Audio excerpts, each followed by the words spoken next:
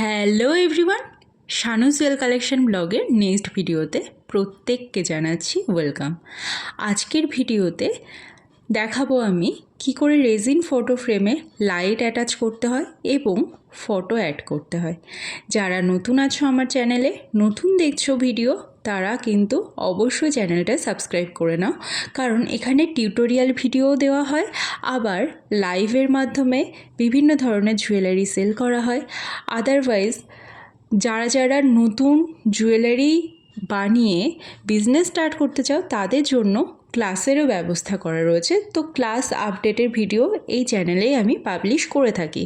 যারা অনলাইনের মাধ্যমে নতুন জুয়েলারি বানানো শিখে জুয়েলারি বিজনেস ওপেন করতে চাও, কিভাবে বাড়িতে বসেই তোমরা অনলাইনে বিজনেস স্টার্ট করতে পারবে, কিভাবে সহজ পদ্ধতিতে কাস্টমার অ্যাট্রাক্ট করতে পারবে, সমস্ত কিছু কিন্তু এই জুয়েলারি কোর্সের মধ্যে করানো হয়ে থাকে।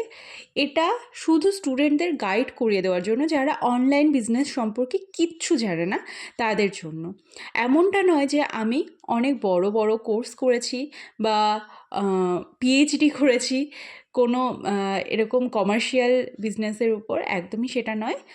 আমি নর্মালি শিখেছি, নিজেই শিখেছি বিভিন্ন সোশ্যাল মিডিয়া ইউজ করে, তবে সেখানটায় বিভিন্ন ফাইন্যান্সিয়াল লস হয়েছে।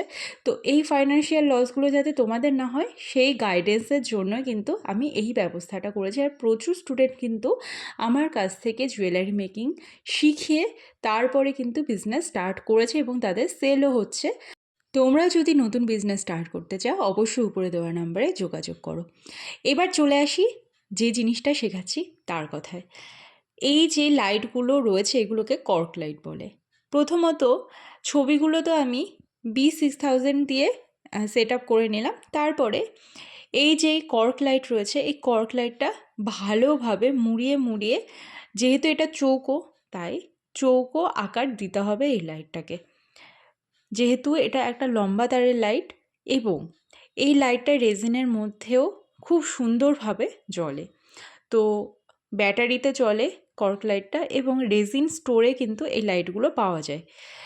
আর প্রথমে আমি মাপ নিয়েছি এবং তারপর সেটাকে ঘুরিয়ে মানে পেঁচিয়ে তারপরে সেটাকে আরও শক্ত করার জন্য, মানে যেহেতু তারটা লম্বা তাই প্রথমে আমার রেজিনের মোলটার যে সাইজটা সেই সাইজ অনুযায়ী নিয়ে তারটাকে পেঁচিয়ে তারপরে সেটাকে আরও পেঁচিয়ে জিনিসটাকে একদম স্ট্রেট করার চেষ্টা করছি। কিভাবে কি করছি সেটা তোমরা ভিডিওর মাধ্যমে দেখতেই পারছো, এবং যখন হাতে কলমে করবে কাজটা তখন কিন্তু বুঝতে আরও সুবিধা হবে। এই লাইট লাগানোর প্রসেসটা কিন্তু একটু লেন্দি, কারণ এই যে তারগুলো এগুলো খুব আঁকা বাঁকা থাকে। তো এই ট্যাড়া ব্যাকা জিনিসগুলোকে সোজা করতে আমাদের একটু টাইম লেগেই যায়। যদি মোল্ডের সাইজ গোল হয়, সার্কেল হয় বা হার্ট শেপ হয় বা অন্য কোনো শেপের হয়, ওভাল হয়, তাহলে পরে সেই হিসাবেই কিন্তু তোমাদেরকে লাইটটা অ্যাটাচ করতে হবে। এমন নয় যে চৌকো তোমার মোল্ডটার সাইজ বাট তুমি রাউন্ড করে দিলে, ঠিক আছে, হ্যাঁ দেখতে ভালো লাগতেই পারে তোমার, বাট আমার কথা অনুযায়ী চললে পরে, মানে আমি যেরকমটা বলছি, যেমন ধরো তোমার মোলটা গোল, দেন তুমি গোল হিসাবেই রাখলে, তোমার মোলটা চৌকো, দেন তুমি চৌকো হিসাবে লাইটটা সেট আপ করলে, তাহলে পরে কিন্তু দেখতে আরও বেশি সুন্দর লাগবে। এবার রেজিনের সেকেন্ড লেয়ার দেওয়ার পালা। ফার্স্ট লেয়ারের এক সাইডে আমি কালার, আর এক সাইডে পুরো ট্রান্সপারেন্ট রেজিনের উপরে ফুল সেট করেছিলাম। তো এবার সেকেন্ড লেয়ার যখন দিচ্ছি সেটা একদম নর্মাল রেজিন হবে, তার মধ্যে কোনো কালার কিন্তু থাকবে না। এটা একদম মানে ফাইনাল পার্ট যেটাকে বলা হয়। যদিও আমার এই রেজিনটা ঢালার পরে আর একটা পার্ট দিতে হয়েছিল, কারণ আরেকটু রেজিন দরকার ছিল, যেটা কিনা আমাকে থার্ড পার্টে কমপ্লিট করতে হয়েছে পুরো রেজিনের ফটো ফ্রেমটা। ফার্স্ট লেয়ারে আমি একপাশে কালার অ্যাড করেছিলাম আর একপাশে ফ্লাওয়ার অ্যাড করেছিলাম। সেকেন্ড লেয়ারটা তোমাদের সামনে, আর এর উপর দিয়ে কিছু হার্ট শেপের সিকোয়েন্স আমি ছড়িয়ে দিচ্ছি, মানে জিনিসটা যাতে আরও সুন্দর লাগে দেখতে। এবং থার্ড লেয়ার দিয়েছিলাম এরকমই সিম্পলভাবে রেজিন গুলিয়ে দিয়ে দিয়েছিলাম। এবার উপর দিয়ে বাবেল ব্লাস্টার যেটা রয়েছে, মানে ভেতরে যদি কোনো বাবেল থাকে সেগুলোকে অনেকটা রিলিজ করার চেষ্টা করে। আদারওয়াইজ আমাদের কিন্তু হিট গান বা আমি গ্যাস লাইট পার্সোনালি ইউজ করে থাকি বাবেলগুলোকে রিমুভ করার জন্য। তো তোমরা এরকমই আরও সুন্দর সুন্দর ডিটেল পাওয়ার জন্য ক্লাসটা করতে পারো আর চ্যানেলটা সাবস্ক্রাইব করে রাখতে পারো।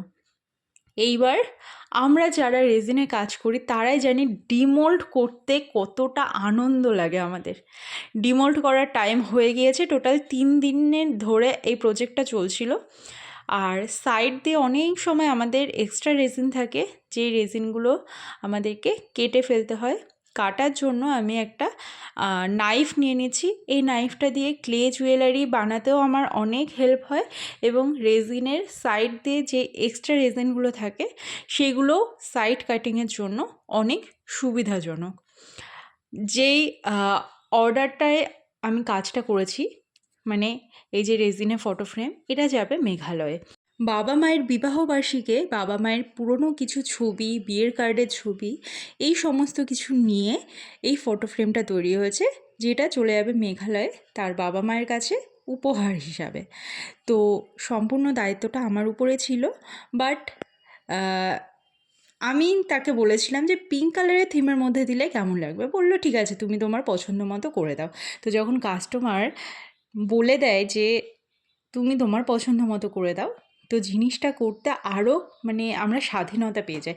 হ্যাঁ, কাস্টমার বলতেই পারে আমার এরকমটা চাই ওরকমটা চাই, সেইভাবেও আমরা বানাই। বাট যখন আমাদেরকে একদম ইন্ডিপেন্ডেন্টভাবে করতে দেওয়া হয়, তো সেক্ষেত্রে আমরা আরও বেস্ট দেওয়ার চেষ্টা করি। ব্যাস, আমার রেজিনা ফটো ফ্রেম কমপ্লিট। এবার দেখতে হবে যে কাস্টমারকে বানিয়ে দিলাম তার কেমন লাগলো আর তার বাবা মায়ের কেমন লাগলো। আর তোমরা যদি কাস্টমাইজ করাতে চাও ফটো ফ্রেম, অবশ্যই উপরে দেওয়া নাম্বারে যোগাযোগ করো।